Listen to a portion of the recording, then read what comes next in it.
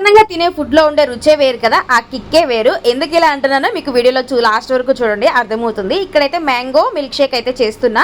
2 మామిడి పళ్ళు అయితే తీసుకొని దీనికి పీలప్ అయితే చేస్తున్నా. మామిడి పళ్ళు పైకి చూడడానికి ఎల్లో కలర్ లో ఉన్నాయి, కానీ లోపల కట్ చేస్తే మాత్రం కొన్ని అయితే పుల్లగా ఉంటున్నాయి. అస్సలు తీపి అనేది ఉండట్లేదు కదా. ఏవి నేచురల్ మామిడి పళ్ళు, ఏవి కలర్ వేసి పొడేసి మగ్గించినవి అస్సలు కనుక్కోలేకపోతున్నాం. ఇక్కడ ఫ్లవర్ లా కట్ చేస్తే భలే వచ్చింది కదా, నీట్ గా భలే ఉంది చూడడానికి అయితే. అబ్బా, నాకు ఎలాగే చూస్తూ ఉండాలనిపించింది. డైరెక్ట్ షుగర్ చల్లుకొని తినేసినా బాగుంటుంది కదా.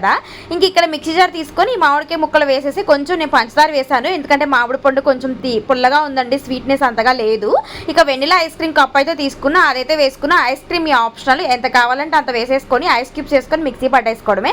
ఇప్పుడు సర్వ్ చేసుకొని దానిలోకి ice cubes, tutti fruits, dry fruits ఏది కావాలంటే అది గార్నిష్ చేసుకోవడమే. లేదు అంటే మిగతా ఫ్రూట్స్ ముక్కలు కూడా వేసుకోవడమే. అయితే దొంగతనంగా ఎందుకు అన్నాను అంటే, మా బొడ్డోడు నిద్రపోయిన తర్వాత మాత్రమే ఇవి తాగుతున్నాము, ఎందుకంటే వాడికైతే జలుబు చేసింది అనమాట. Bye bye.